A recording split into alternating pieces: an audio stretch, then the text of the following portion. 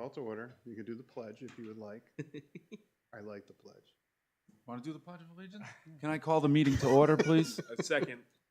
Thank you. How about Pledge of Allegiance to There you start go, the meeting everyone. off? This is the first time I've been like here. it. We've You've done never it, but I done like Do it. it. I always do. Go ahead. Okay. How about I'll start it up? All right. I pledge allegiance to the flag of the United States of America, and to the republic for which it stands, one nation, under God, indivisible, with liberty and justice for all. Amen. All right. Nice. Perfect. Well done. We do that on the select New year, board. love it.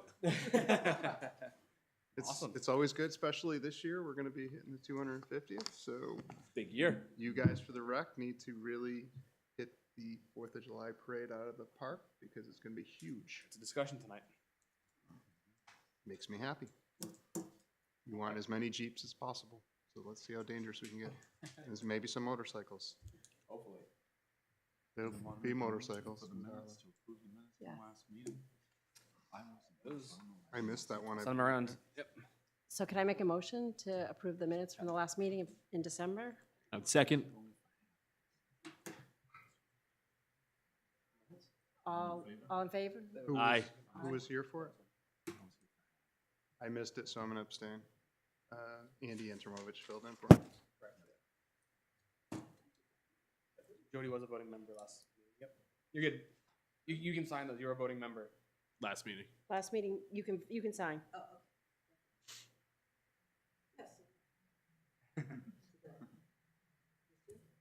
Just anywhere on the paper. Yep. Hand it to Joey. Yeah. You can technically just, you don't even need the signatures on it.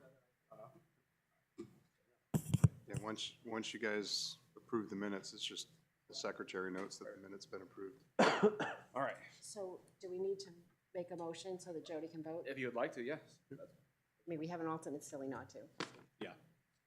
So I make a motion to allow Jody to be a voting member. Second. All in favor? All in favor? Aye. All right. Welcome in.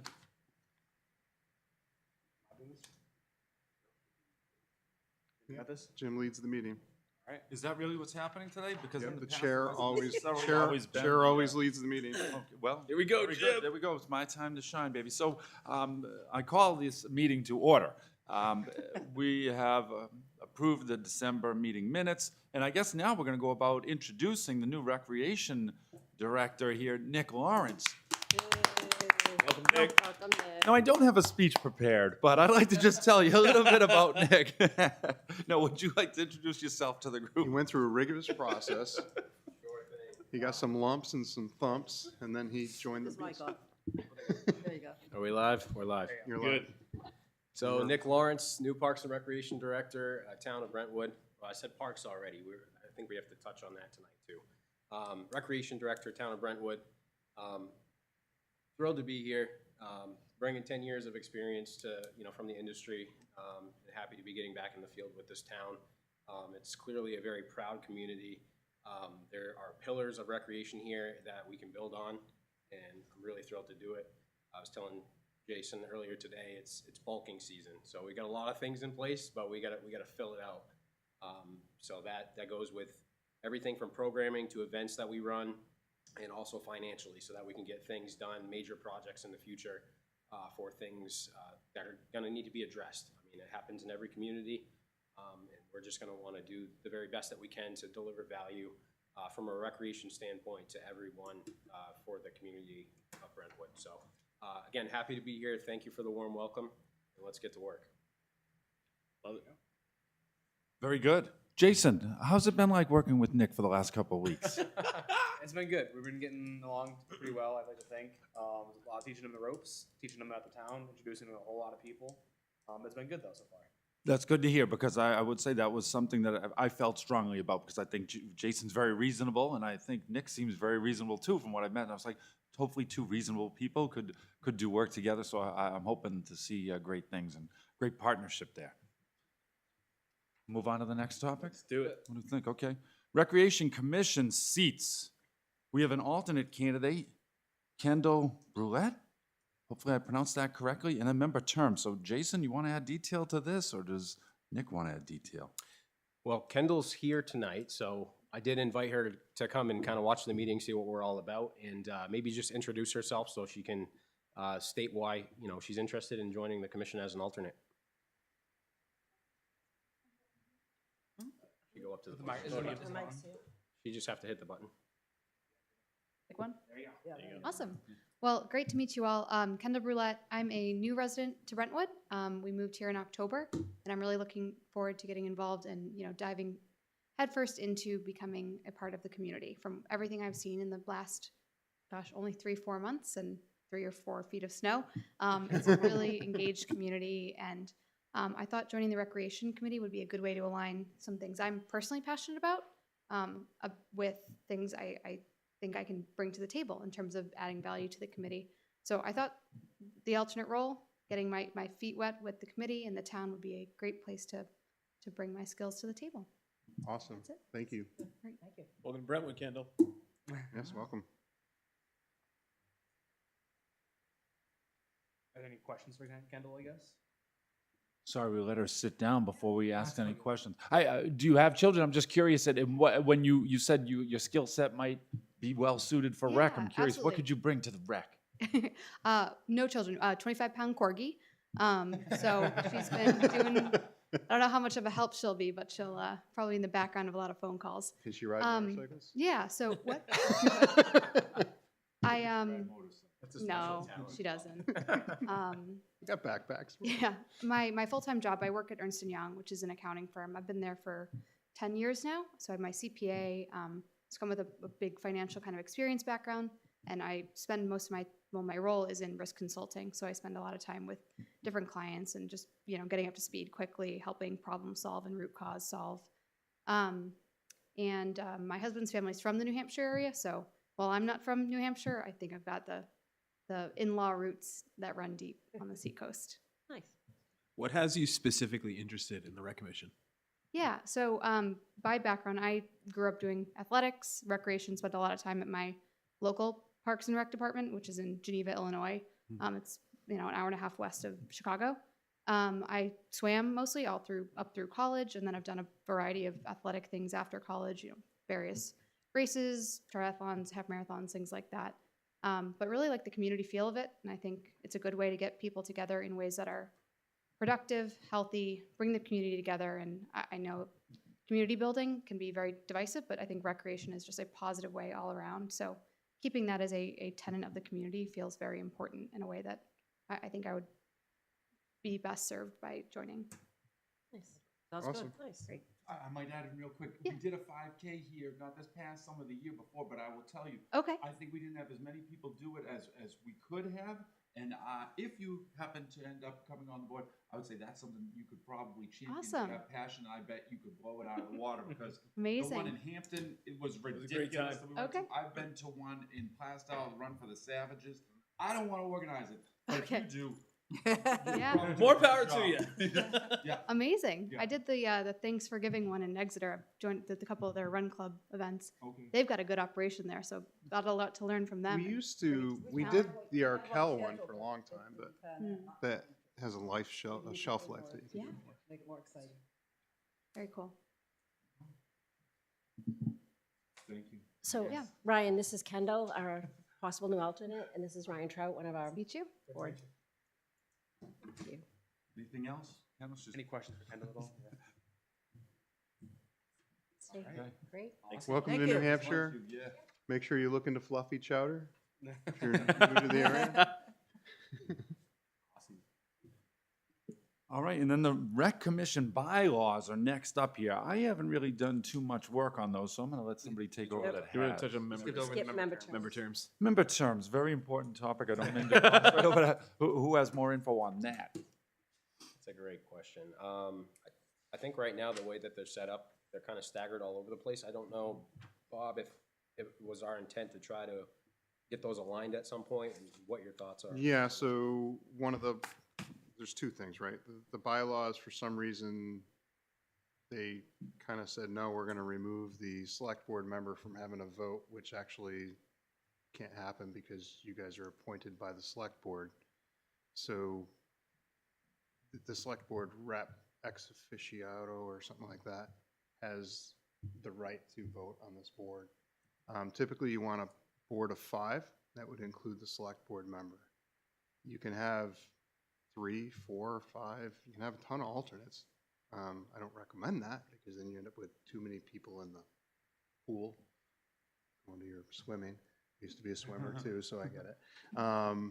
So I know the water's warm, but we don't want that many people in the water.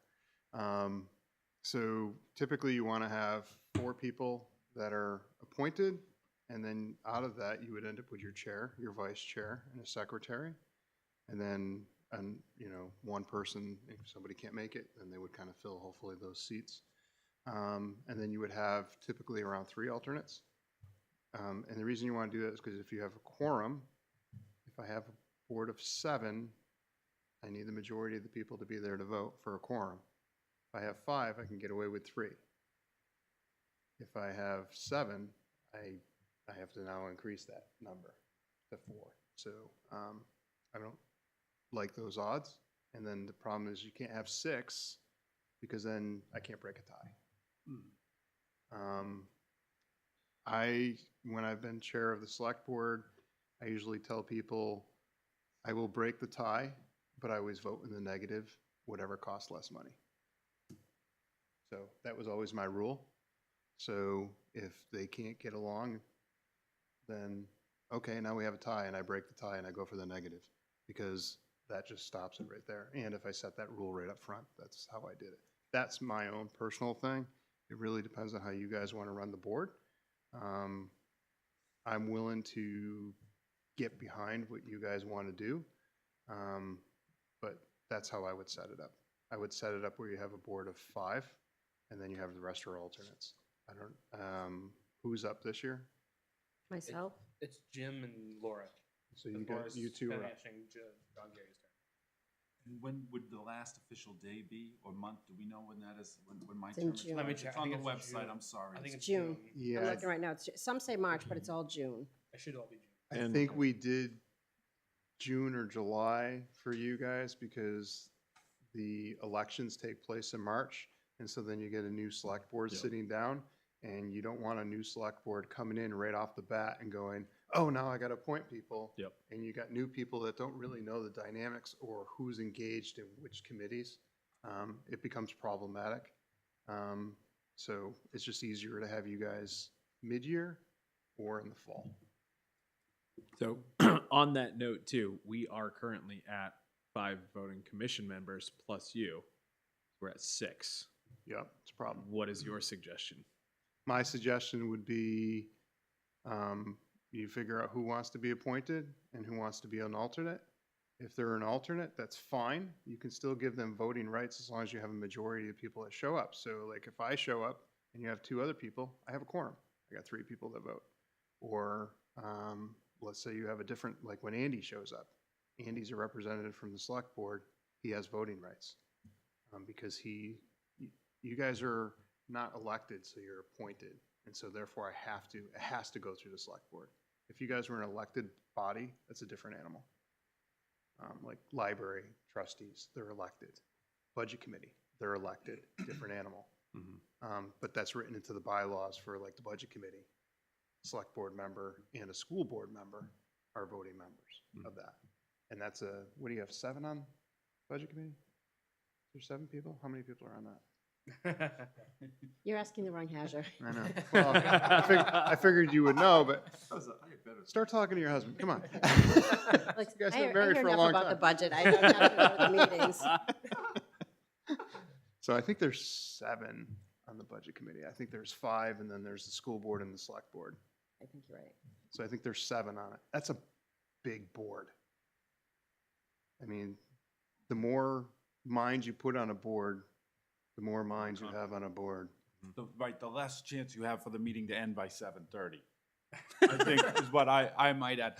So what we're suggesting, or what it seems to make sense to me, Bob, is since your seat or whoever may occupy your seat is 1 vote, you're saying it would make sense for voting purposes to have there be 4 full-time members of the board. Right now, we have 5. Doesn't matter how many alternates necessarily, but it's the 4, so that we would always have 5 votes. people that are here right now between Laura, Ryan, and Joe, like, I don't have any problem with that. And quite honestly, if my term ends in June, like, I'd be okay with going to an alternate between now and then if people want to have that happen, so that Julie would stay as a full-timer, and you three with her would be the four. Are we gonna vote on this tonight? Jason and Nick, what are your thoughts? Would we wanna vote and make this official tonight, or do we wanna wait till Julie comes back to have the official vote on this? I would say, I don't know if we get a say on this one. we can't, I don't, if it's bylaws, I think it's gonna take time, like, Yeah. this is just one piece of bylaws. You guys technically should have like, almost like a work session where you guys review, you hash, you discuss, and then you go from there. I would have probably preferred that you guys had a work session before this, but you guys only meet once a month. So you technically would need to, and it has to be a public notice, so you have to notice it anyway. So I would say your next meeting, you guys, before the meeting, you guys review the bylaws, you review what you have, then you come back, so that would be in February. And then I can go to the select board and say, okay, this is what they want to do for their bylaws. Assuming I'll support it. And then I basically say, I support this, can we make a motion for that? Which then gets us into another discussion that Nick brought up earlier, is one of the things that I've touched base with Nick, and I already ran it by the select board last night, is changing you from the Recreation Commission to the Parks and Recreation Commission, because it opens up your ability for grants that you wouldn't necessarily get if you're staying at Recreation. The whole purpose is to try to get as much funding as you can for some of these programs so you can give more to the community. Yep. So the select board is agreeable to call you guys Parks and Recreation. You guys just need to vote on that. And then I can bring it back to the select board to say, they are in favor of going to Park and Recreation. That's the recommendation from the board. I already did a straw poll last night. It's 5-0 that you guys would be okay by going to Park and Rec, especially since I know that there's potential for additional grant monies. I would like to vote on that tonight. Then the bylaws, you're gonna have to change them when you're doing the bylaws to include it as Parks and Recreation. So that would make sense that you could pass it to call you guys Parks and Recreation. Then for the next session you guys have, unfortunately for you, it's probably gonna be longer than an hour, unless you guys decide to come in at 6 o'clock on the next meeting and have a work session for the first half hour, then hold your meeting. That's what I would recommend. Would that change the name of the department too, or just the commission? It would change everything. You guys would become Parks and Recreation. You need to change so you guys open up that door. I'm just clarifying Yeah, for, So, it'd be the department and the commission. yeah, And is there anyone currently in charge of parks that would be upset with us trying to commandeer their name? there is no parks. Okay, so there's no random park person No, that's we don't. gonna come out of no. hiding. I haven't appointed any park person that I Okay. can remember in the Our last facility's the only 22 one. years, so. So you guys are the only ones that, I think they called you the Recreation Commission when you guys formed and, back in the day, and nobody would have thought. When Nick came on board, he was like, if you call yourself Park and Recs, it opens you guys up to a different avenue. Well, okay, and we'll call you Parks and Recs, and I think it just makes sense. Yep. So I would probably say you need to have a motion in a second if you guys want to go that route. I like the fact that it opens you guys up for available grants that you aren't entitled to now. I am of the mindset that it's almost a no-brainer to easily make that vote and change to the Parks and Rec Department and Commission. When it comes to the bylaws, I know we've been talking about this now for almost 2 months. I would prefer Julie to be here and do a working session with that. As the chair of this commission, I feel like her opinion is very well needed. But I am all for coming in early and doing that as well. I think it's necessary. I don't want to keep kicking the can down the road on this thing. We've been having emails about it and things back and forth for several months. I have my thoughts and everything that I'd like to discuss, but I would like everybody present for that. When's the next meeting? We're gonna talk about that, because that's a question. Yeah, that February I'm on vacation. Because That's why. Question's probably gonna be on vacation like last week of February. That's how we're at, that's where. Well, the other thing you guys can do is you guys can move it, because you guys set the date. Yeah. So you guys can say, well, we're all gonna be gone on vacation, because I got school vacation. you're involved in rec because, you know, you want to enjoy your time off too. So I wouldn't necessarily book it at the same time. You guys can say, we're going to have it. I just need to post it 24 hours before the meeting, or Nick does. To jump ahead on the thing, but do we want to just do it the 18th? Because it says here the 25th, which I'm assuming is a That's the Wednesday. last week, yeah. Do we want to just make it a? I would rather do just it 'cause you sooner gotta do than the later. bylaws and stuff, so it's like, we may as well, we have to do it. I can make the 18th and, Yeah. coaching. That's the same, we're done by Should that be time, done, right? yeah. So I would vote, Laura, you think the 18th is okay for you? Yep. So if. It's good with me. I mean, Jody, hopefully you can be here too, but let's make that the 18th. So we're crossing that right off the list. And hopefully Kendall will be here too. And ET? we're thinking 6 PM. I would recommend that you guys come in a half hour before to do a work session so you guys can hash out whatever you highlight. I would recommend that Nick and Jason, that they send out the bylaws via email or have printed copies here for you guys. I would have printed copies that day so you guys can highlight, mark them up, have discussions, and then the changes can be made. Then you guys can go into the meeting and you can say, we vote to adopt these as edified, and then you move forward, and then I can bring it to the select board on the next Tuesday. We can vote on it, then it becomes laws, it's your bylaws, and so that's what you guys are gonna be governed by moving forward. I just think it's a cleaner and efficient way to do that. If you guys don't have the work session, then you're gonna be doing it during the meeting. Right. Well, my suspicion is the work session could potentially run over on time.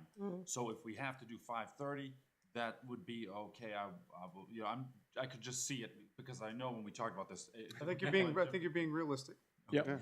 Yeah, So maybe let's leave it open to 5:30. I'm good with 5:30 too. Okay. Anything after Just 5. to get it done. yeah. Like, this is the one thing that's, hey, once it's done, then knock on wood, it's done. It's gonna save you guys, otherwise you guys are gonna, because you guys only meet once a month. Right. So I mean, coming at 5:30 or 6, I was giving you guys, hell, I have to come in at 5:30 when I come in for a select board meeting. We don't start till 6 anyway. And Yeah. I have to just sign things, and it takes a half hour to sign things and meet with people and, you know, go through the process. So, yeah, I mean, if you guys want to do that, that's what I would recommend, is that you go ahead and do that and then move it up to the 18th. Yep. And then I would say work session from 5:30 to 6:30. The other thing too is that would be a public meeting, because you guys would be discussing them in public, which means anybody that shows up would also have input for you guys. So I would recommend having that buffer in case somebody does show up and says, well, I disagree with the bylaws, I think you need to do this. Yep. Should we have copies for the public to be able to review? No. I mean, if they want it, it's something you can put on the website, but it's still a draft. So whatever you guys are going to do, it's draft. It's still not adopted or ratified by the board, so it's still a working document. So it has to be draft until it's finalized. And you guys all have to vote on that. Right. Once it's voted, then it can become, you know, undrafted. Right. But then the select board still have to ratify whatever you do. So it's still going to be draft until it gets voted by the select board. To cross things off the list, I'm gonna say we have to vote on the Parks and Rec. So Laura, is there anything that you say, nay, is there any negative you can think of on this, or are you No, probably? it's a Ryan? no-brainer. Ryan's Yeah. same, we have the same mindset? Yeah. Yes. So I'm gonna make a motion to change the name of the Recreation Department of Brentwood to the Parks and Recreation Department. Second. All in favor? Aye. Aye. Unanimous. Great. The vote carries. Okay. And See, wasn't the that other- easy? The member terms is the other thing that we just needed to finish off as far as that's concerning the dates when people will go to. We're not gonna officially vote on if we wanna take it from 5 down to 4, just so people know, I'm fine with going down to 4 and me being the one that's out. If for some reason people think that's not a good idea, then we can revisit that, but we'll vote on that when Julie's here in the next meeting. Yeah. Wanna vote on that the 18th? My early inclination is that sounds like a good idea. Well, the other thing too is that's when you guys are going to be working on your bylaws, so then you Right. would have to change and edit what the bylaws are to justify why you guys are doing that. Yep. And I personally, I think you guys should always have at least three alternates. Yep. So it works, because what do you have, 2 right now? We have three seats, one We have- filled. So you have one One filled. alternate So right you now. need to fill 2. Yep. And I One, think 2. you need to clarify, and I think it's important, I think it's important that we clarify that the alternates are, serve on a rotating basis, because it's not right to just have the person with the longest seniority to always be the voter person. Right. Because there's no reason for them to come anymore, so if they're not participating. Which would be another thing that I would say Put in the when you guys bylaws. do in your bylaws, Right. is you say on an alternating basis. Yep. And if somebody doesn't show up, well, then they miss their turn. You Right. just keep round robin Right. from there. Yeah, exactly. You guys do enough sports and stuff. You guys are good with tag. You're it. Yep. You're out. Yeah. Okay, Let's vote on that stuff at the next one on the 18th. We do our working session. I'm good with 5:30. Let's get that hour in beforehand, and then we can go over the bylaws and everything. Vote on that. right on. I guess now we move forward onto the events discussion topic here, and I'm assuming that Nick or Jason wants to lead things off regarding the Easter egg hunt and other stuff that's going on. Sure. So I just wanted to kind of run down the list of upcoming major events and kind of run down the dates and times that we have as of right now. I did have a TBD on here, so I want to clarify that as well. So the Easter egg hunt will take place at the community center April 4th, and we have a kickoff time at 9 a.m. with a bunny in full suit. Okay. Mothers and Brunch date is going to be Saturday, May 9th. That is the Saturday right before Mother's Day. Right. 9 to 11. Jody, thank you for clarifying that for us, that's out there already. The 4th of July parade is set for the 4th of July, which is a Saturday this year. That, to Bob's point earlier, that will be the 250th, and we're looking to make it huge. While we're talking about that, I did want to just broach the subject of creating a subcommittee for this. I don't know if it's been done in the past, but I know that we want to make this one big and put a lot of energy into it. So if the board would like to, I don't know, appoint how many people to help assist us with that in probably conjunction with any other organization that might want to be a part of that too. If it's the Historical Society. You had mentioned that Lois was working with some people who were very interested in planning with that. Yep. I have not seen her. She wasn't at the last senior subcommittee. I hope Lois she's- was very I hope she's interested well. on being on that committee. I know, I don't want to speak for Julie, but she's made mention, she's helped us out in the past. And I would love to be on that committee too. So it sounds like we have a couple people who are Yeah. wanting to be on that subcommittee. Can I nominate Kendall? You show up, you become a victim of circumstance. Put you to Welcome to the work. pool. So there is interest for people who want to be on this subcommittee, if we can go ahead and form one.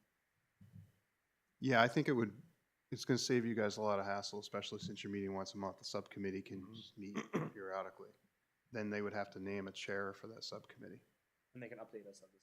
Yeah, exactly. Whether it's a written, this is what we've been doing, giving you guys just an update. So Jody is interested in being on the subcommittee. Is anyone else here? Me, Jody's 110%. Okay. Yeah. There's enough interest to Laura? make it Yeah, happen. From the Historic Society, yeah. Yeah. And I did tell Nick, give me the word.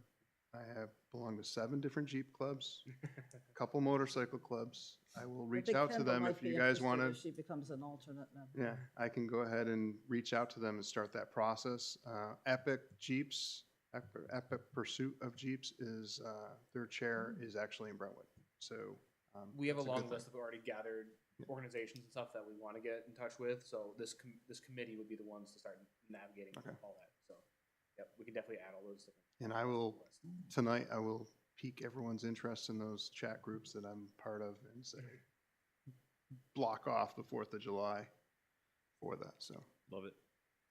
So we'd like to make a subcommittee if possible. So do we Do we need a that? motion for that? Do we need to vote this? Is this gonna be under the Parks and Rec umbrella? I Yeah. would say, yeah, you need a motion to make the subcommittee and maybe appoint the members. So I would like to make a motion to form a subcommittee for all of our events coming up for the Parks and Recreation Department, Well, this would be 4th of July, I think is what we're. specific to the 4th of July. But won't we be having people from outside of the commission? Certainly could. I mean, I think you want a Yeah. broad base of I know people. Lois is interested and she's not on the commission, correct? Right, I'm just saying, like, more people. Let's initiate a search of what other Right. in-town departments Okay. want to be part Okay. of this subcommittee. Yep. But isn't the rec subcommittee?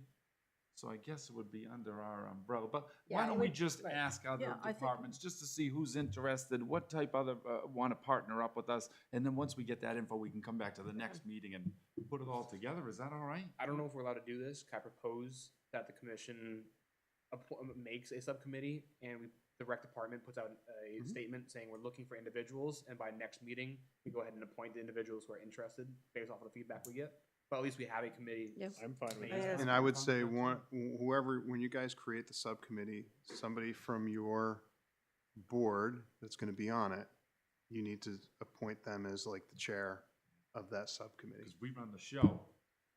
So it stays in your purview. Yeah. That's how you word it. Steal it out from under us. This is our This is parade. my subcommittee. Your purview. Well, Can we appoint at next month's meeting? So just tonight we make it and we go ahead and advertise it. Yeah, we can establish Yeah. it tonight Yeah. and Yep. gain interest over the next 3 weeks or so. Do we need a motion? I believe so, right? Yep, make a motion. So I make a motion to establish a parade committee, Second? All in favor? on favor? What are you Aye. calling it? Aye. the parade committee? Parade committee, it's 250th. It We is. might want to put that in there, Well, it because could- this is a it big could- It celebration. could continue into other years too if the committee wants to stay together. Oh. Oh, okay. Yeah, I was gonna say, to a general note, and especially based on the fact that we had nothing for holidays this past year, we had nothing at Halloween this Right. past year. I think we need to go all out this year, not just for the fact of like making up for missed stuff, but really on the fact that right now we're thinking about we got to drive revenues, we got to garner interest back in our events, we got to reestablish and rebrand what the Parks and Rec department is right now in general. I think we need like the subcommittee is a very important part of what's going on right now, and these events really do bring in a lot of the town, not just kids that play sports, really everybody and anybody. So we need to make sure that we kind of blow these things out of the water, not just the 4th of July parade, but any of our events. And I would highly recommend that you be proactively reaching out to Tractor Supply. Yeah. Lowe's, Walmart. Yep. Seeing if they want to donate. Yeah. What do they want to give you guys? Or what can they contribute to you guys? Or maybe they want to send some employees to march in it too, Right. to help.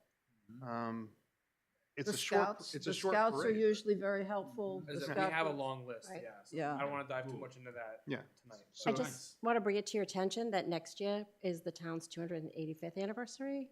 So I think it's great that we're doing the 250th, but then I think next year has to be even bigger because, and I think you need to start thinking about that now because it's a big one. Well, as I'm saying, I think we just call it the 4th of July parade or the parade committee, just Right. so it can continue. I'm trying, yeah, but I'm just bringing to your, I'm bringing to your attention that next year on June 26th will be the town's 285th anniversary. So it should be on your radar that maybe that year, maybe it's not a 4th of July, maybe it's on June 26th instead. But that's going to be a long-range plan, and I just think it's something to have on your radar. The Brentwood gathering, we might find some people there that are willing and wanting to participate in it. I believe there was a motion on the table. For the parade committee. Here, I'll help you. All in favor? Aye. Aye. Anybody against? There you go. Unanimous. Alrighty. The last event I did have on here, and Laura brought it to my attention, was the Brentwood Gathering. Yeah. That's going to take place April 17th from 6 to 8 p.m. And can you help me out with the location again? At the barn at Crawley Falls. Okay. So last year it was held at the rec center, but with the grand opening of, they're going to host their grand opening with our Brentwood Gathering. And I got the chance to go into the Crawley Falls barn, and it's amazing. And if you shop there, when it was an antique shop, and you go in now, you're still going to see, you're going to know that you're in the antique shop. You're going to recognize some things, which I found really exciting. And we're going to have the first 2 floors, so it's going to be really good. As if you were at the gathering last year, you know it was great. There were about 100 people. Yeah. I think this one's going to blow it out of the water. So I think it's going to be a great time to have a bunch of the groups have already committed that they're coming. I think it'd be great to have a Parks and Rec table to announce our new name and really to promote your programs and promote our new director. Yeah. So I think it's a great opportunity. I also want to remind you guys to reach out to, I know we have 3 ponds, also reach out to River Run, because it's a new community. They've already started selling houses. They're on phase 2. They're going to be starting phase 3. that's a huge retirement community that you guys, somebody can reach out to them and have a chat with them about that. Speaking for Three Ponds, you call it a retirement community, I don't. 55 and older. I call it an active 55 and over community. I've never seen so many people out walking and running and playing pickleball. They all wave to me when I drive through with the Jeep or the motorcycle. And so. they're very proactive. They're very proactive in community service. I'm just constantly amazed by what the people I live there in my community are doing to help not only Brentwood, but, you know, the state, that they work tirelessly as volunteers. And I think there's a lot of talent there too that can be shared with the community. Oh, definitely. I mean, you got some good thinkers that are sitting in there. But I think River Run is And River being Run, built too. by the same developer that did Three Ponds. So it's going to be a similar feel, similar. It's a very community. similar field. Yep. They're just a little bit behind it as far as establishment and how long they've been there. But once they're up and running and all those houses are sold and occupied, that'll be another one. Yeah. So it's a resource that I think you guys should. Yeah, the resources probably- are amazing Yeah. because most of the people have the time and the desire to participate in the town. Good deal. So maybe reaching out for them for the gathering too might be a good. I can do They're that. not a nonprofit, they're not an organization, so, I mean, they'll see the invitations to come, but Right, it's right. not like they'll have a table or anything. No, but I mean, at least Yeah, they'll- everybody's community, invited. So it's a small community that's governed by their own whatever Right. bylaws that they have. So Right. kind of getting them to get together and have a community event and also participate with the community, I think is a win-win. They do, and what I have noticed, and Jason will tell you this, there's a group in Three Ponds that when one or two of them decide to attend, say, a luncheon or another rec event, then they all do, and then a few more do, and a few more do, and then somebody else hears about it, and all you have to do is get those first two or three people, and It's dominoes. and knock the yeah, dominoes over. it's like a snowball, I shouldn't talk Yep. about snowballs. but And so there's one more event that I have on my calendar from the 250th anniversary. I know the Historic Society wants to do another June senior luncheon. Correct. And they plan to have a Revolutionary War themed luncheon. Yep. So that is set, not a date, but in June. Dexter reached out to us about that. We're gonna coordinate here in a Okay. couple months about that one, but Okay. we're still a little ahead on that one. All right. Let's move on to this because I'm really curious about the Brazilian Soccer United camp. Summer camp rundown from June 22nd to August 14th. What do we have? Sure. going on? So summer camp, we're in summer camp mode right now. Registration opens for residents and returners on February 2nd. With non-residents, I believe it's March 3rd. It's that first Monday in March. So that registration should be opening up next Monday. Sorry. This year we are trying to grow the camp a little bit bigger. Last year we averaged about 40, 45 kids on a daily basis. I think this year our goal is to try to get it up into the 50s this year. We have the space for it. We're going to try to get the crew for it. So that's the goal, is to make a push for that one. Each year I try to incorporate more of the town to get involved with it. 2 years ago it was a nursing home here in town.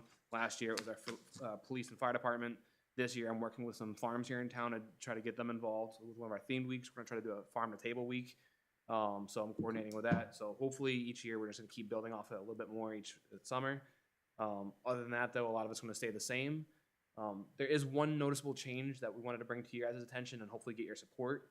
One of the things that Nick and I observed is that our before and after care service, it is well attended, but not in its entirety.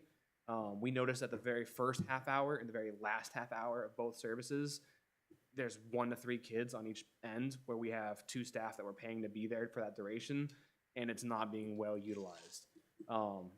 We're trying to see if we can cut it back this year to trim off that extra half hour on each end to limit the excess cost that it costs us to have staff there for that time. We're still servicing, I think we had 18 before care participants last summer and 15 in the aftercare. So we're still servicing basically a majority of all those people there. It'll just be that 1 to 3 kids that unfortunately will be pushing back a little bit. So that's the one thing the one change that we really wanted to get the support before we went ahead and did it.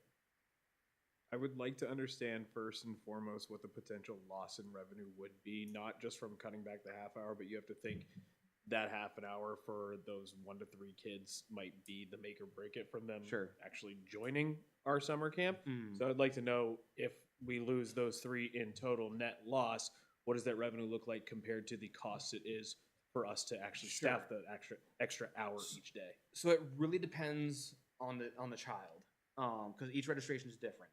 Okay. We have some registrations where it's a full summer, somewhere it's a half summer, and somewhere it might be a week or 2.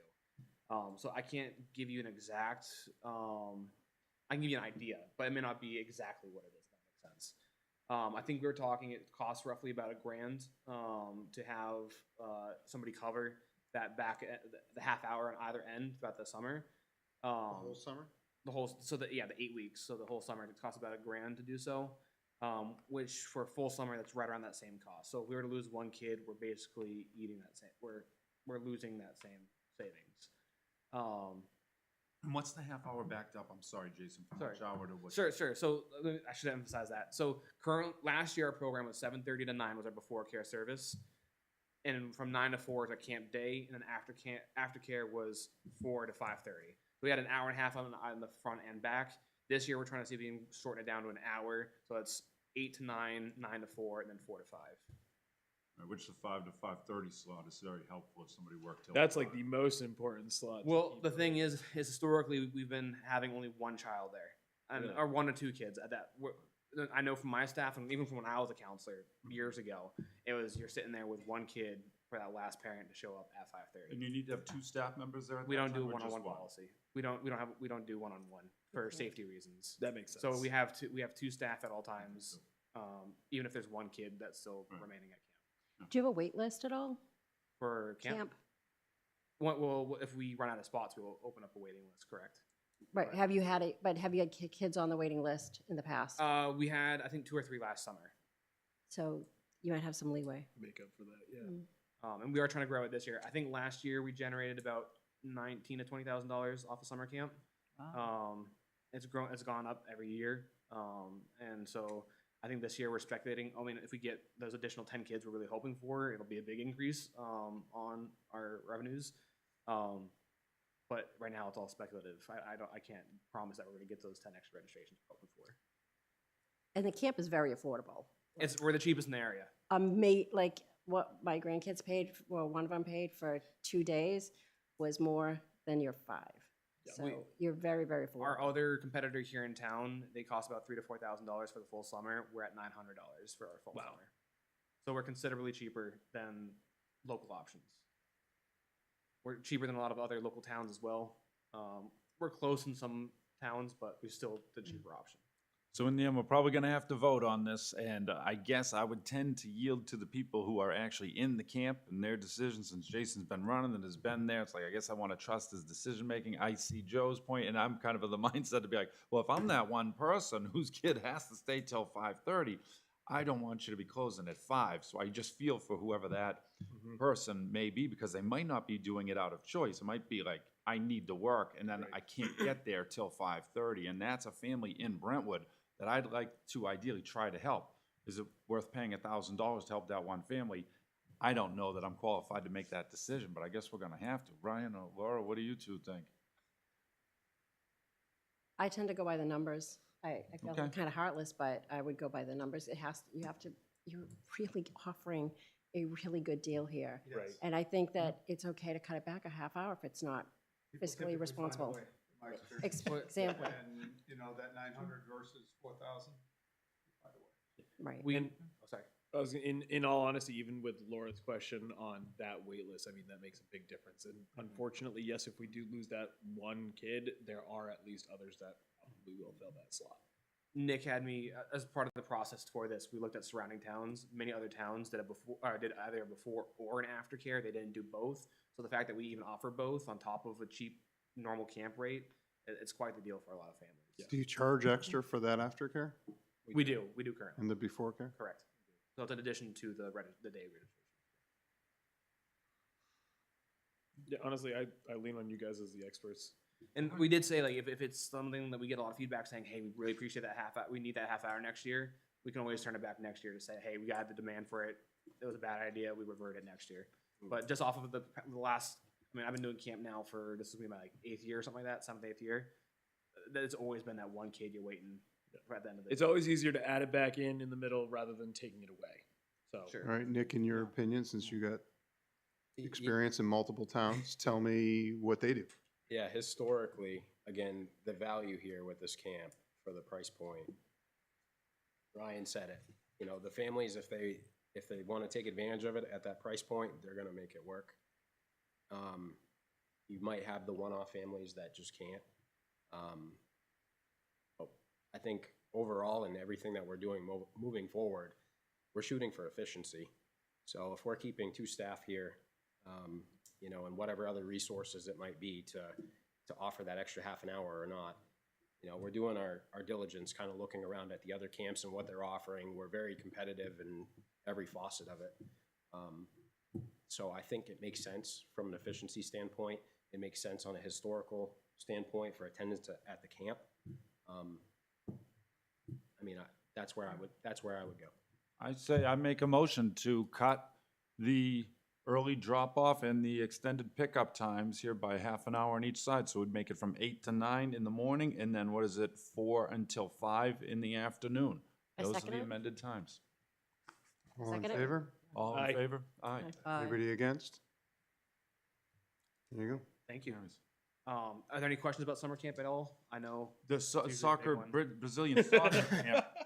So that's more of a Nick thing. I don't know why He's it's got under 13 default. minutes, Summer camp. so just giving you a 13-minute warning. I just wanted to make sure I put a plug in for this.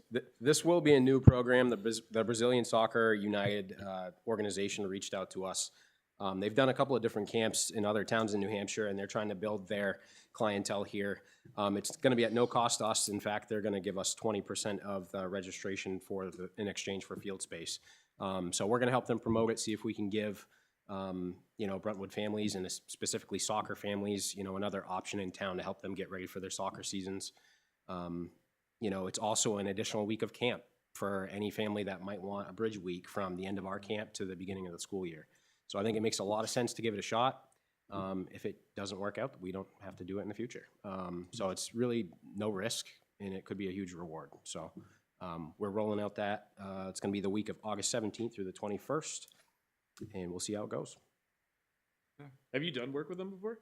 I have not. I've Yeah. heard about them, and it seems like they're picking up steam. And it's a pretty affordable. It's going to be more expensive than our camp, but they are professional soccer coaches with ties to Brazil. So it's pretty interesting, and I think it's worth a shot.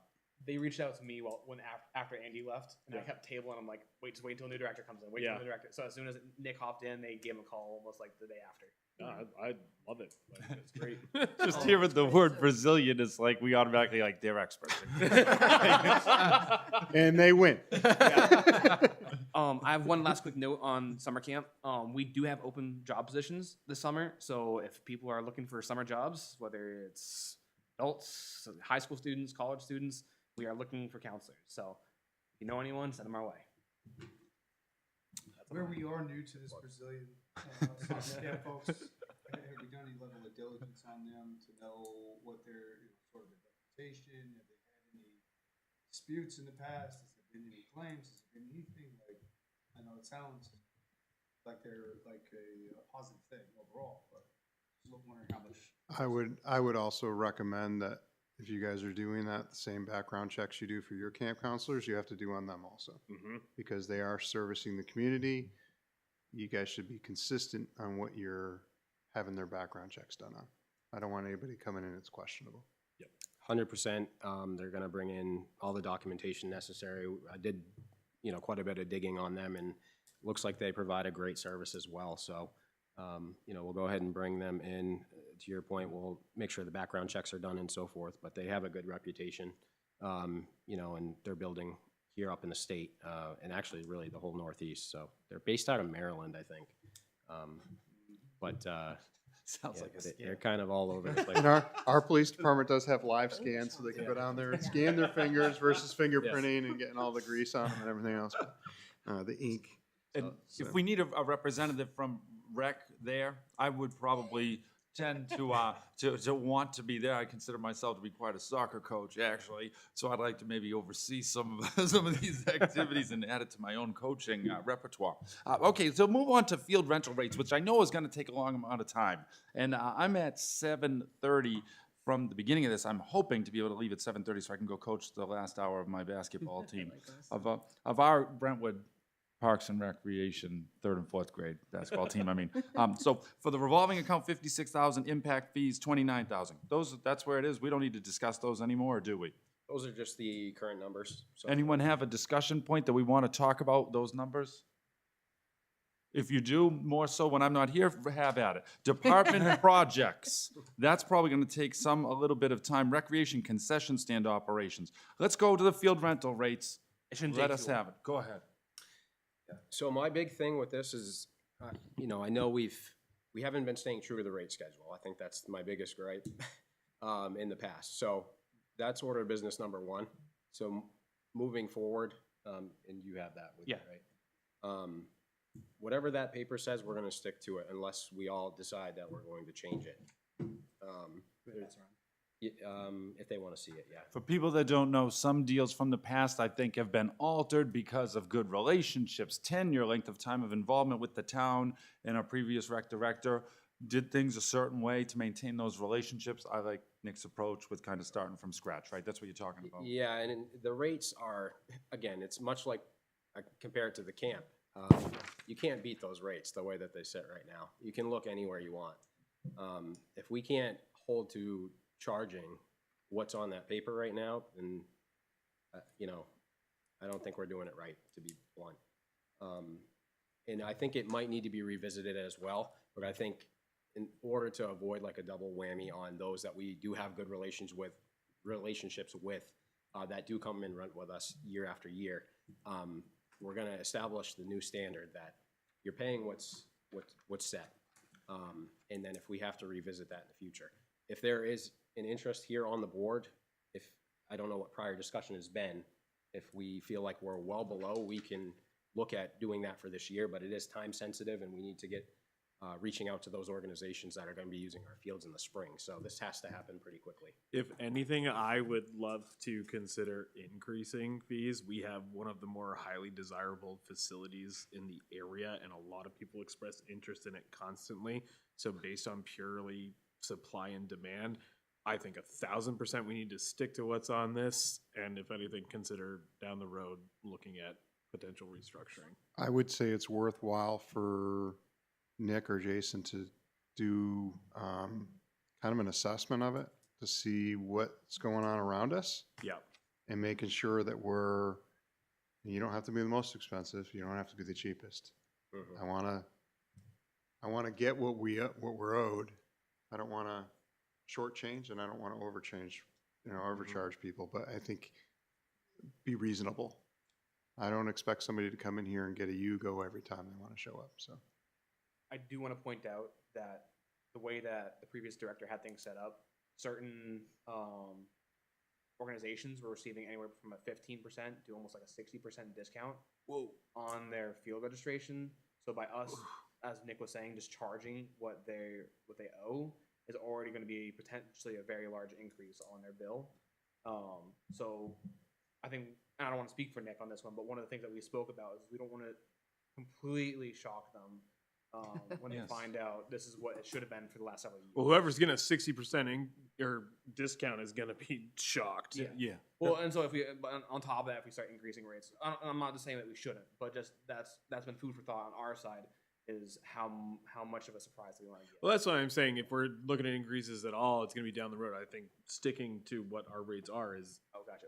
Okay. paramount. But these rates, Joe, are substantially more than what these organizations like Seacoast, like FC Exeter Soccer, Yeah. way more, right? So they're going to see the bill, and we're talking about now, their season's starting up in like April to March. So they gotta So fix their you're talking about like thousands and thousands of dollars Yeah. in discounting we got. I didn't know anything about it until just a couple months ago. That's why I knew this could drag on for a while. This is a mathematical equation that like we would all need to look at if this is the way we're going, or are we just trusting you two to do this? Because not only we trust you to put the numbers together as to what's an accurate amount to be rented, but then it's to manage those relationships, because we don't want to lose those relationships. But as Bob said, we don't want to charge an arm and a leg, but they got nowhere else to go. Well, that's- There's no field space. That's what I'm saying, is like, especially at the end of the day with how close it is, and I never want to hang it over them being like, you're kind of handcuffed at this point, but, you know, there needs to be a come to Jesus type moment Yes. here that you've been getting a deal,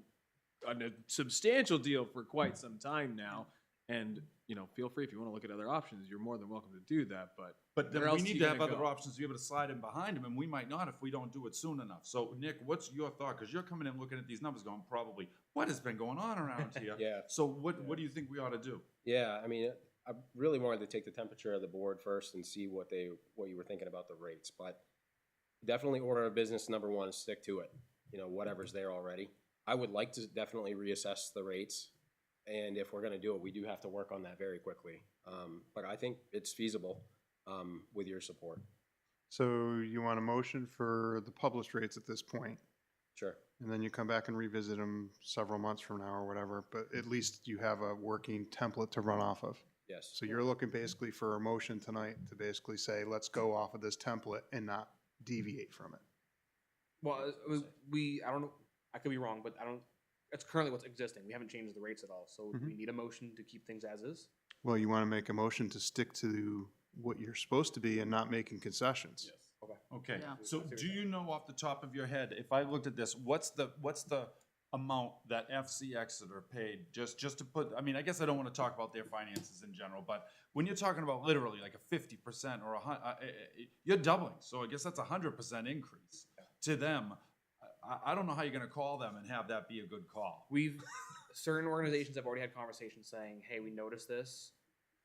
Expect there to be some changes in Okay, the process. so at the same time you're So- feeling us out, you probably ought to call them and say, here's what it's gonna be, I wanted to call you up and see Well, what you think So about I know this. EYSA, our Exeter Youth Soccer Association, they're already aware that this is a possibility. Of this amount's been put We haven't on told the them, table. I haven't put any You gotta amounts put the out. amounts on the table, that's what I'm saying, you have to put the amounts on the table, Well- you have to do it like now, if we're coming out of this meeting, say we're gonna hold to that, because it's not fair to those organizations to not tell them until another month from now, and then they're like, this, and then it's just gonna be a big fight in the public, and we definitely don't want that, because it's a good service we're providing, we should not come across looking as a negative. So the way, and this could change under Nick's administration here, but the way that has been done historically is this form that I kind of passed out is the organizations fill out that form. They let us know how much time and space they need on our fields, and then we bill them. Currently, I believe it's $25 an hour is what the rate is for our fields. So I guess the system that we would have put in place that we're looking for is the amount of fields times the amount of time Okay. per fields day time. Yes. Yeah. And so you just put that Okay. calculate, and that's how much. So There's it no comes down- guarantee they're getting those fields 20, at those times. 25 bucks an hour. Just because they got it last year. Cheap Right. for an organization that's charging for people to come use them, and they're only paying 25. And if I give 60% off, that means they're paying $10 So for an hour. Can I just ask? That's insane. I Where- can't even hire somebody at Market Basket for freaking $10. Yeah, Especially when the fields are in horrible condition. yeah.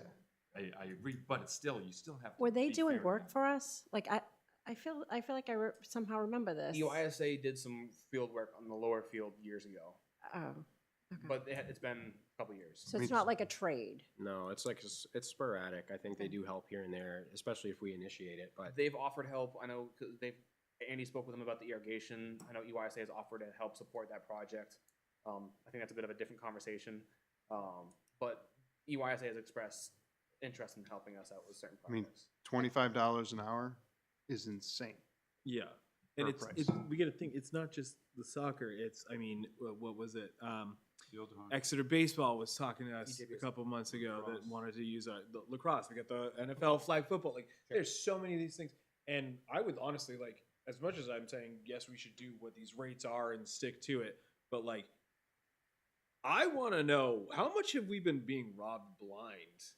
A significant amount. But there's nothing we can do about that, so I think we should turn the page and move forward. Since none of us had anything to do with any of it, I hear you, but now it's about managing good relationships moving forward. So how are we gonna do it? Because we could be here for an hour, we just have to. I have would an answer say on how we're gonna try I- and do this. If I was directing this meeting, which I will You may tend well to be. step into pretty quick. It is 7:30. I would make a motion to allow Nick to basically enforce what we are currently budgeted for, knowing that he's gonna be doing a needs assessment. If he comes back in a month and says, listen, everyone else is charging $150 for an hour for them to use the fields, we're charging 25. Maybe we should be looking at going to $50 to $75 an hour. It's not unreasonable. It's an hour, and I might have 25, 30 kids using that, and they might be making a revenue of, $25, $50 per kid. Yeah. So, well, there's got to be a give and take. So, I think I would make a motion that you allow them to be consistent with that bill. You're sending the message that we're not wavering from that amount. And then I'll make a motion, and then you want a second, and then we vote on it, and at least he has his direction for the next month. And then if he comes back in a month, when we do the work session on the 18th, then that's where he can say, hey, we need to make some changes. We need to make a modification. Or if it's 3 months from now, then you go from there. The 4 organizations you mentioned, I think we ought to reach out to the 4 bodies. And are there any others that we want to reach out to? I just feel like, hey, we want to get you this info early so you can make your decisions. And then if they don't want to use our space, that's okay. We might have some time to backfill it. That's the goal, right? Say, we're going to part as good friends. Okay, cool. But now it's a business decision moving forward. Is that how we want to construct this or take care of it?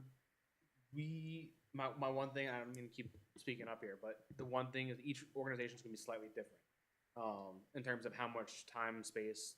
Some might not see a large increase because they're only using it for a single week. It's FCX. So it's the larger organizations that use our facility year round, that are going to see the increase. Yeah. So we can reach out to these organizations, but I don't think it's fair for Nick and I to be able to anticipate what their increase is going to be without knowing exactly what they're looking for. These rates, So right? we need we say we need to do the needs assessment? Get you guys that direction? No, I would make a motion today to ratify what your current billing is and not waver from it, so you're stuck with that. He'll do a needs assessment. If it needs to be modified, then he can come back and ask the board to modify it. But at this point, that's gonna be your governing document for pricing. So it doesn't come in and say, hey, I really need a handout, can you guys help me out? And then I cut it from $25 an hour to 10. That's crazy. I kind of have a side question. So I agree with you, and if we make that motion, I agree with that. I find it curious that money was being done kind of off book. And so that concerns me because that means that if you have the flexibility to do that, if you're a bad guy, and I'm not saying anybody was, it's really easy to say to this organization, hey, your bill would be $1,000. I'm going to get it to you for $200 from the town. You slip me $100. So I find it curious that this board had no idea that the numbers were being changed. And I kind of would like to know that in the future that there's protection because it's town money. And I want to make sure that, I want to protect you, but I want to protect the taxpayers as well. Well, I think that's So- where we're having contract rate, basically, it's I not agree. moving from that. I And do- that's why I would make a motion to have that. I- And at least I have a governing document, and it can't waive from there. They're gonna sign an agreement, Right. because I have to have some type of agreement in place, because if somebody gets hurt, I need to have the insurance and all that other junk that goes along with it, so. But I don't think people knew this was going on. So I just want to make Mm-hmm. sure that, like, we're going forward, we're careful with how we're doing money, that Well, we're that's where doing I think things. if this board votes for that, No, I agree with you, he's Bob. stuck with But this might not be the only thing. I'm saying that this is something we need to be aware of going forward, that we are careful, that we're transparent, and that this is a really good step for that. Yep. Agreed. So, motion for that? Second. All in favor? Aye. Anybody against? No. Great, passes. And it's after 7:30, run. Okay. So we got the last 2 things. Everybody can take it home from here, right? Thank you. Thank you, Jim. Good luck, I hope you win. If you lose, he wants to know if you lose. And if his team wins, he wants to know because he's got to tell them they're not deflated anymore. We're going to keep going. What? We're going to keep going. Okay. All right. Where do we go? What's the next one you guys have? Recreation concession stand operations? Okay, so I dug into this a little bit. You guys all have a handout in front of you too, I believe. Okay, so basically what that shows is year over year, we're losing around $600 on concession stand operations right now.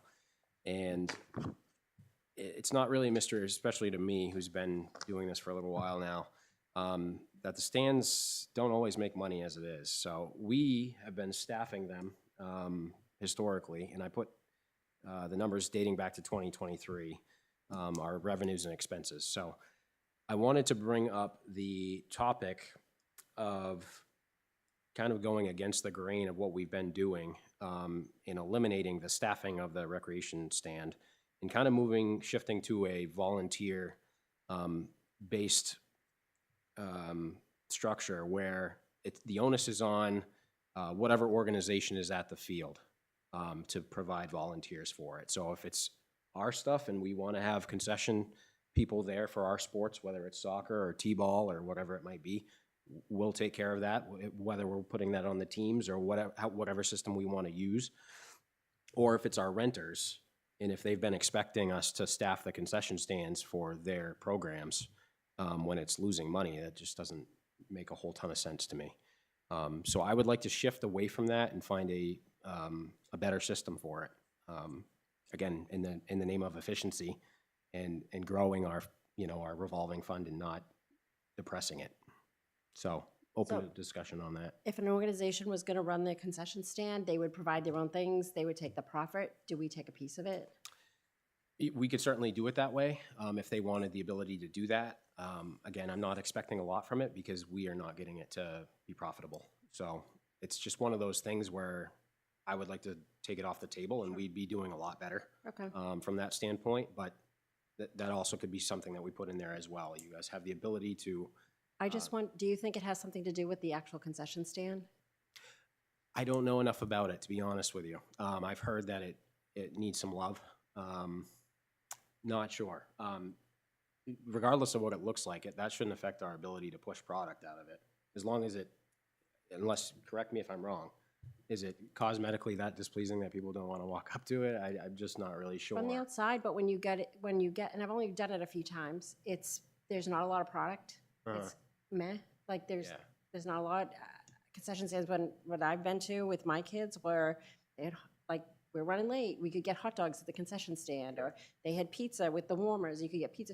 You guys have like chips and some soda and candy. It's not ideal for like when you're running late and you get dinner at the concession stand, which I think is where you bring your money in. Sure. I mean, I know when my, kids were in soccer and stuff like that, of course mine are older now, but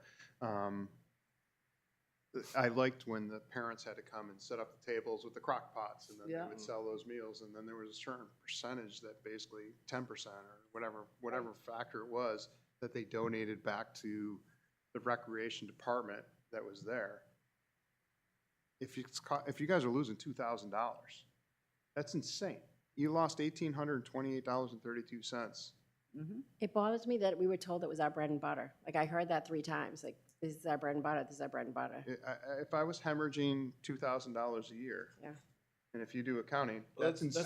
that's not 2,000 a year. That's in total. Or 3 years, right? Right. So, But still, $600 a year on average. It's a lot. and what are you guys providing for it? I mean, that's kind of like, that's a lot of stuff. It's a lot of candy. That's a lot of resources. That's a lot of balls. And there was a lot, yeah. It's a lot of pennies. It's a lot of whatever. Right, but we were paying, right? Yeah. So, You're expending that, and it is a community service, but if you run things as if it's a business where I at least want to break even, I don't want to be running a deficit. If I'm running a deficit, if I make, I'm just going to use easy numbers. If I make $200,000 a year and I spend $250,000, I'm broke. So I don't care. No matter what happens, I'm always behind the 8 ball. Eventually it catches up to you. So here you got 3 years running in a negative. If that was a business, I'd shut you down. I'd be like, your best thing that could happen is I could burn the thing down and you wouldn't be in business anymore. Because there's no point to running it. so if we went with that model, can you just say what you would want the motion to be? Like, what would the actual motion be? So it would be taking away what we've been doing with going out of our way to staff it, to basically generate a loss. That's the justification for it. And again, giving the opportunity to whatever organization that is down at the field, you know, providing them with key, much like we do with the rental hall, with the community center. You know, if they express interest in wanting that there for their programs, please be my guest. But we're not gonna pay to staff it. It just doesn't make Right. sense to me. I 100% agree with that. I do like the idea of people that want it staffing it themselves. Mhm. There's also a program at Exeter High where kids have to do a certain amount of Community service. volunteer Right. community service where if they come down, that could be another option. But I don't know. Scouting too, I don't know how, That would work.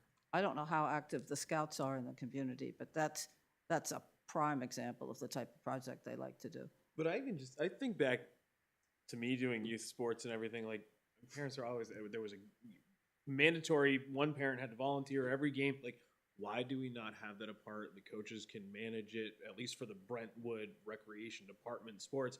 And if the other organizations want to use it, charge them a fee, do whatever we want to do in that aspect. But I think we just make it mandatory as like volunteer. If Brentwood Soccer wants to use the concession stands, then parents have to staff it. It goes back to your rate card then, right? You put that into these contracts and things of that nature, or? It might need to get separate thing. if I they're would say using the that's a separate concessions. agreement. Yeah. Yeah. Because if they're doing like a tournament, for example, Yep. I would say, well, you're doing a tournament. Do you want to use that? You're almost like doing it as a rental. Yep. I'm gonna rent that to you Exactly. for $10 an hour. Right. You guys want to use that snack shack? Great.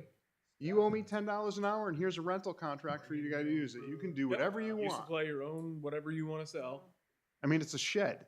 You want $10 an hour for a shed? Sure, I'll unlock the door for you. Have fun. It's still a shed. It's like buying a table at a yard sale. Right. You would spend the money and then you keep whatever you make. Right. So I would almost say that I would look at it as a rental agreement. Yeah. Only thing, Just watch the Board of Health if you try to sell food. speaking of Joey's question about our rec sports, the problem that I at least comes to mind on that issue is the handling of money in volunteer hands. I know Andy told me stories of his past experience where people were taking money under the table because they weren't reporting it, they weren't giving it back to the department, because we weren't tracking who sold what. If it's just volunteers who are just kind of in there, it could be a different person week to week, day to day. We have no way of keeping track actually how much product we're selling, and how much money we're actually generating. Well, that's why I wouldn't even provide the product. I would just say, you're Right. renting out that thing. You guys bring in whatever Well, you I'm saying want. for our in-house sports. In all respects to Andy, he's also given 60% discounts on our fields to other organizations, so there's a lot of uncounted. No, I get you, but I'm just saying specifically to this For our volunteer problem. sports. I also think that it kind of uncovers that there is a problem with getting volunteers here. And I don't think it's a matter of that people won't volunteer. I think that we haven't effectively, Solicited it. effectively solicited. It's not just a matter of saying, putting out an email, we need volunteers, like a blank, because No, we need like a voluntold. We need, and then when someone says, you have to keep track of that, because, you know I volunteered when I came on the board, and I scooped ice cream once, and like that was it. And I kept saying, I'll come and help. Do you need me? Do you need me? And so, nope, we're all set. Nope, we're all set. So if you're not taking advantage of volunteers, that person's not coming back for more than just that thing, right? So we need to better manage our volunteers. Right? Agreed. Yeah. So you're looking for a motion to, Yeah, if it needs one, to just support the changing of the way that we are operating this concession stand. I make a motion as outlined. Second. Second. All those in favor? Aye. Aye. Anybody against? Passes. What else do we got? Last one. Department projects? Yeah, I just wanted to float that out there. Obviously, as the new director coming in, I wanted to kind of get feedback on, and I watched prior meetings and things like that to try to give myself a heads up. But where do we stand as a department and a commission, and where we think the priorities should be here in the next year and beyond, as far as maybe smaller projects or larger projects? what would you advise I put emphasis on? One thing I would like to know is the municipal building that will eventually be put in. I've heard conflicting responses of whether the, I don't know what you call it, where the little picnic tables are with the little pavilion. If the pavilion it will be gone, because I've heard that it will be here, and I hear that it will not be here. And if it's going to be gone in a year or two, I think that you guys use that for camp. So I'm thinking we need to come up with a plan of how that gets replaced. So I feel like that should be on your radar, because I think you're going to want to talk to the select board / building committee about if they're taking that from us and that's something we use, how do we get How do you reimbursed for it? repurpose for another area or? Right, yeah. right. Because I don't want you to have camp and then not have a place for where you use that spot. So that's kind of something I think that should be on your radar. Okay. Are they still using the archery stuff over there or no? They are. Okay. I also understand the trails are in rough shape. Yeah. And so I've looked, there are grants that support trail. And do we I can still have a send it to you. trails committee? We do, We have a Deb? single member on our trails committee. No, there's more than that. To my knowledge, is one person. I signed up. There were a lot of people that signed up at the gathering last year, and she will be at the gathering this year. Okay, well, that's So- me. I'm on top of things. So because I've checked out grants. There are grants for trails. So I think that would be a really good thing to bring back. Let's connect on that one. Okay. Yeah. And that would be great for parks and stuff. Yeah. right? So, and if there's grants, that is a win-win. Right. For me, I've got two things really, and kind of subsequent things from there. But anything that we can do that's going to be high impact and affecting incoming revenues with as little effort as possible or low cost as possible, that is absolutely something I think we need to focus on. Not just programs, but upgrades to facilities, anything that we're using. But I think of things like having a cornhole league for adults, or putting in a disc golf course around the trails, things like that, where we can charge per use, pay to play type things like that, where we can drive more revenues that are going to be very minimal cost and effort to us. And then really the biggest thing is community engagement, is getting more out on social media, getting more in with businesses for either volunteering or donations, things like that. We just need more reputation building out there, plain and simple. Yes, I agree. Yeah, whether it's, because they can do, we talked about Mahjong and cribbage and all that other stuff, that you Right. guys can start doing those. And that brings in a whole other aspect of, clientele versus being stuck with just youth. Yep. More than just youth that's in the community. We have a cribbage night tomorrow night. Perfect. Even I better. don't know if you ever want to look into it, line dancing. So apparently they do that in Newmarket, and it is a giant hit, and hundreds of people go once a month. My wife just went with a couple other moms. It's Saddle in Up town. Saloon too. It's Yeah. huge. Huge. Believe it or not, they had somebody come in and teach at Three Ponds, and the room was full. Packed. All these seniors, they love it. They just So love there you go. the Have a yeehaw adults. event. Age from Yeehaw. age 15 to 55 and above. Awesome. They Perfect. really get into that. And you pay the instructor, and the line can go on forever, and they just have a wonderful time. Yeah. And it's healthy. Unless you have a heart attack. No, Well, we gotta it's just- not that we'll have a energetic. defibrillator just Yeah. in case. It's not that energetic. We weren't moving that much. We'll I shock guess 'em. I would like to know what you think, Nick, because you've come from other rec centers. You compare to what you've seen before.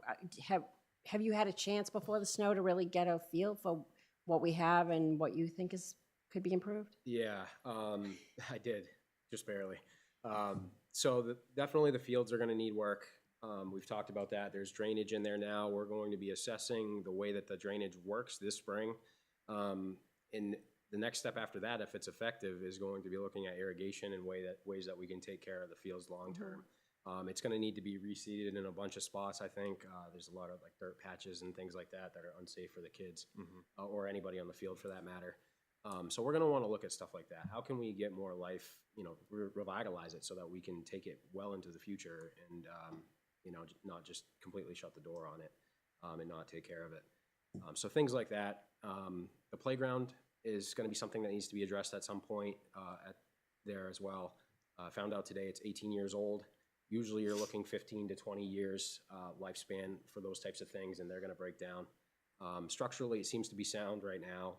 In the past, we've broken down or shut down certain parts of structures that aren't safe for whatever reason until we can address them. But we really want to get ahead of that type of stuff. So thinking about those types of things going forward and have a plan for it instead of like when it breaks, oh no, what now? You know, so just being proactive across the board. So that was good feedback. I appreciate that. And if there are other things that should be on my radar, please mention them. And I'd rather have you be proactive than reactive. I'm not a fan of reactiveness.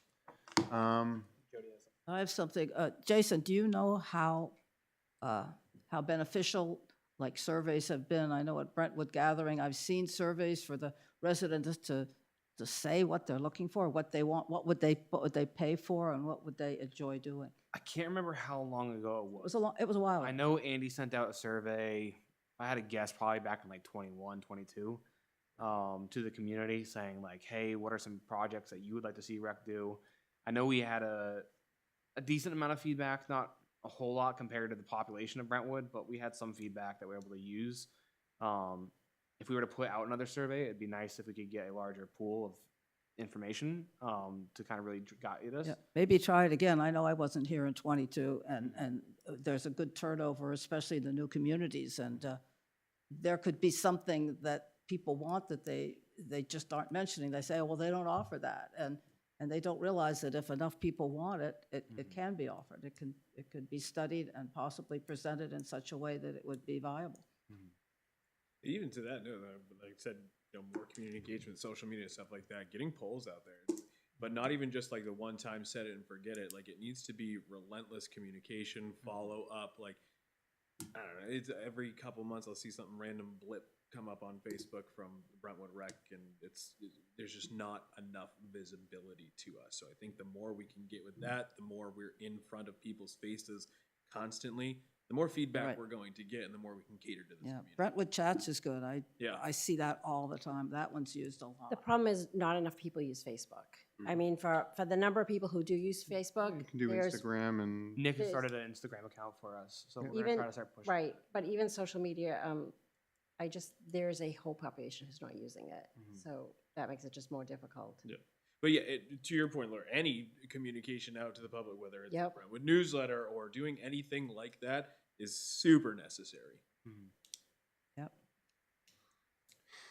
And again, you have a whole page for the newsletter, and I just think Absolutely. you need to use it more effectively. It's just a list right now, and make it it's- pop. Don't just make it- make it yeah. basic. Yeah.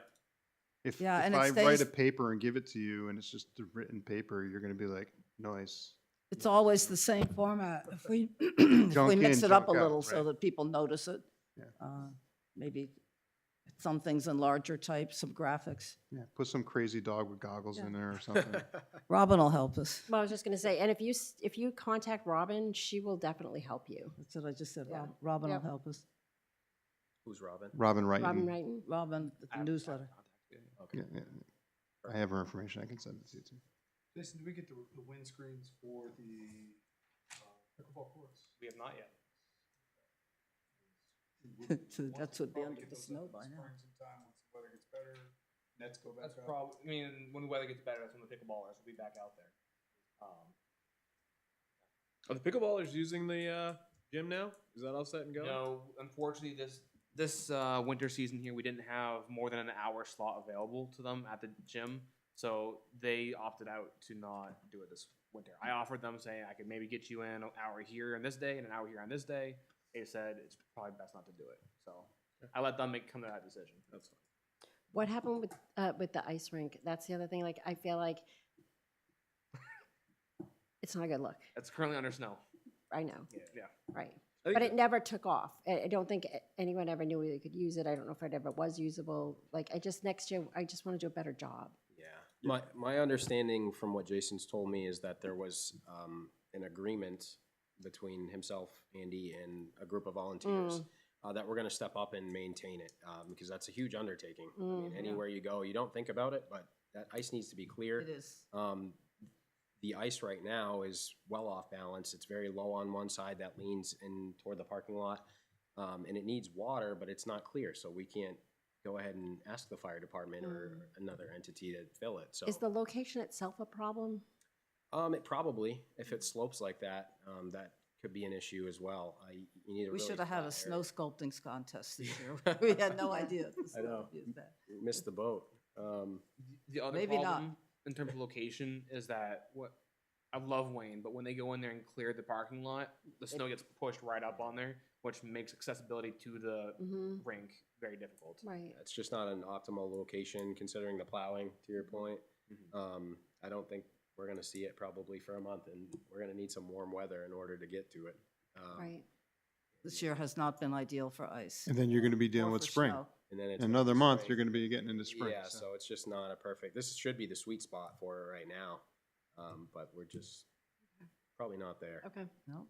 Okay. Anything else? Meaning in totality or just? Projects. projects? I don't know. Table that. No, shoot it. At the end of December, we had leftover funds. We talked about using some of those funds, giving, and not using a significant large portion of it.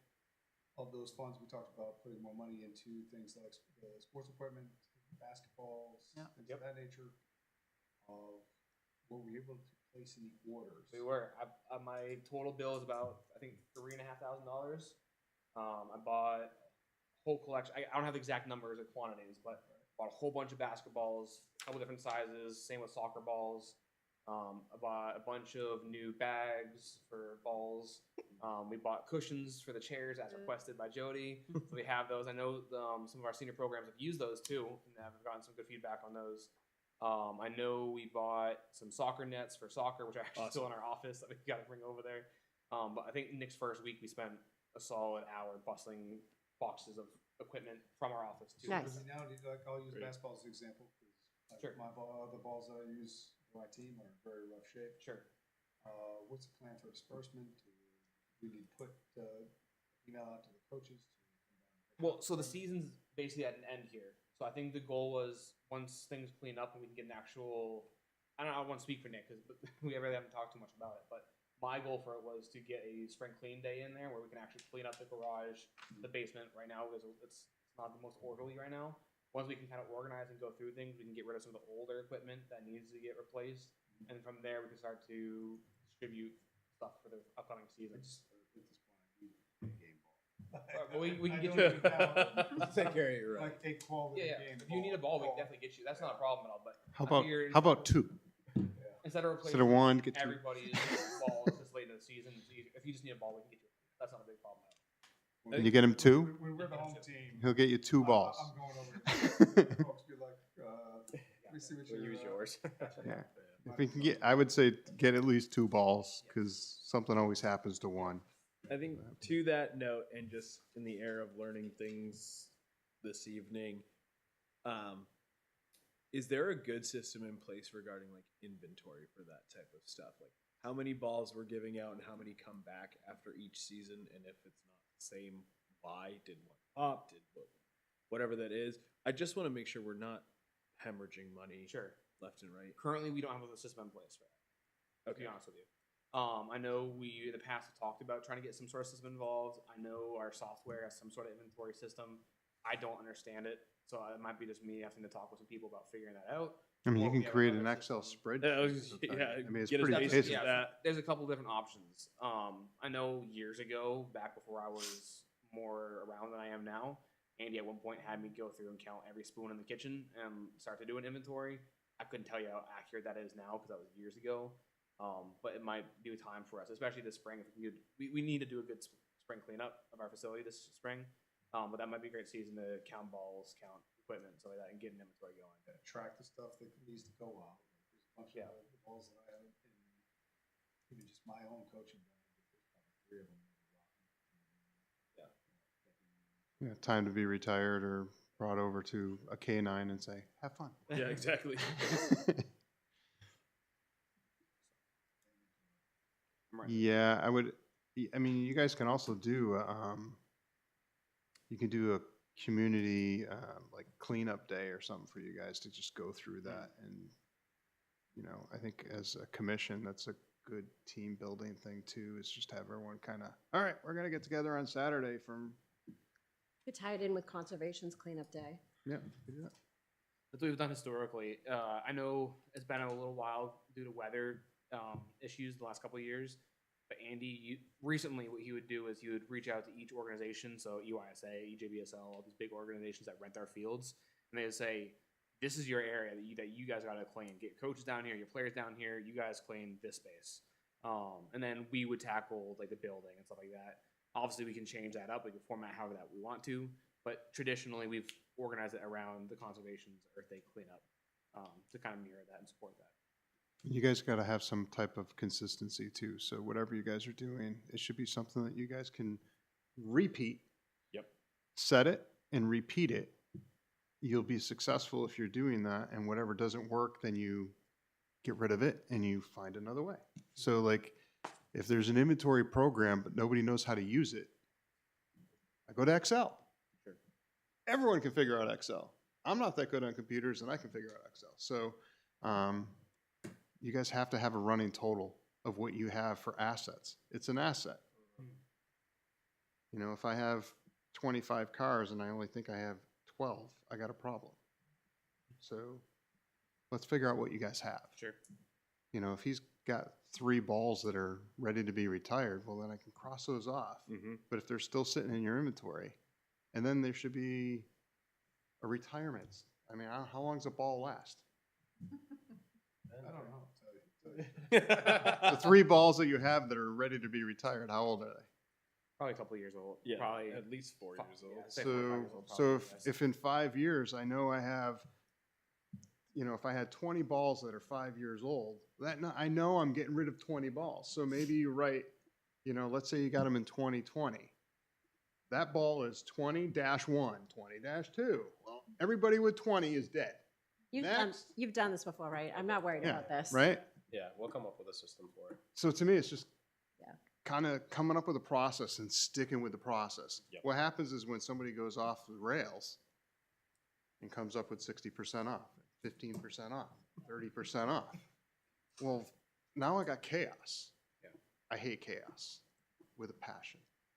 I'm very consistent. So someone steals my coffee cup, they're going to die. I like my coffee cup. I have certain cups that I like to use. So same thing. I just want to make sure. Yeah, right? Someone steals a cup, you're like, I'm going to hunt you down and find you. I have a particular set of skills. So I want to make sure that, you know, you guys get a process going. It makes your life a lot easier too. Like it's hard to come to a board and go, oh, I don't know. Yeah. Because when you tell me you don't know, now I'm going to make you know. Because now I'm going to say, you need to get on track. And if you're not on track, I got to figure out how to get you there. Because I want you to be successful. I don't want you flopping around. Right, but we just brought in a new director, so I'm not worried about this. He No. has experience. And he knows I'll chase him down. Okay. And he has a bike, so he's got to be really worried because I'll come up right beside him one day with my dog and go, here. So next on the agenda? I anything? believe that's the last item there. Any other questions? Anything else? Yeah, anything else? Anything from the public?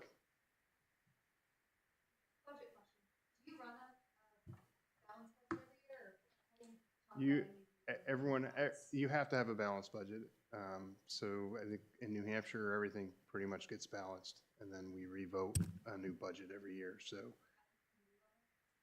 I think this committee will make recommendations. It goes to the select board. It comes to the select board. We vote on it at the select board, and then it goes to the budget committee, and then they vote on it.